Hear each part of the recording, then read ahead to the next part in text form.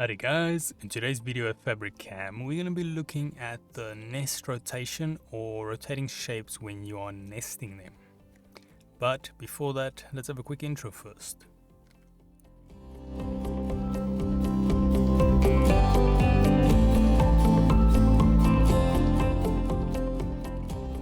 So today's video can be found on softwaretraining.co.za. We make short and easy to watch problem solving videos, and we also have daily updates. Otherwise, we're back into the program here. Now, like I mentioned today, we're going to be looking at rotating your nesting shapes. Now, this can be very handy if, like I mentioned before, let's say your canvas is very full and you need to fit in shapes in another way. Or if you just simply want your shapes rotated in a different manner, regardless of the space it uses. So now, if we head into the actual nesting feature, you guys will notice we've got this first preference, which is rotation angle. At the bottom here, it currently says no angle. I'll show you rotation angle, no rotation. Let me zoom in here so you guys can have a better view of the options. Now, from the settings on top here, we have a few different ones. If I had to move this, we can see at the bottom it says 180 degree rotation.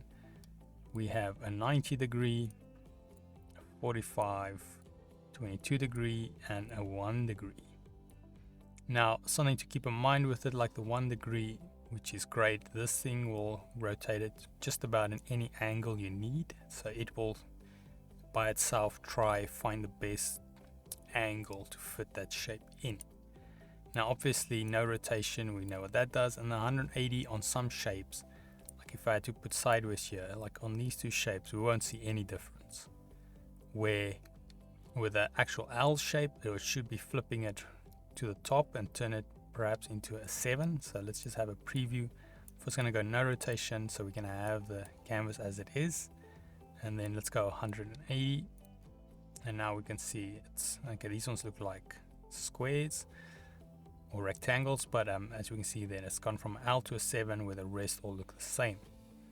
Now once we start going to, just grab this thing to 90 degree, now we should have perhaps some on the sides as well. So now you can see it does it in any 90 degree angle. And then we can go to a 45, which over here, okay, we're not seeing any difference, I think, because it's fitting it very nicely. Same with the 22. These ones should become more apparent once we fill up this canvas and there's only a certain way this shape can fit.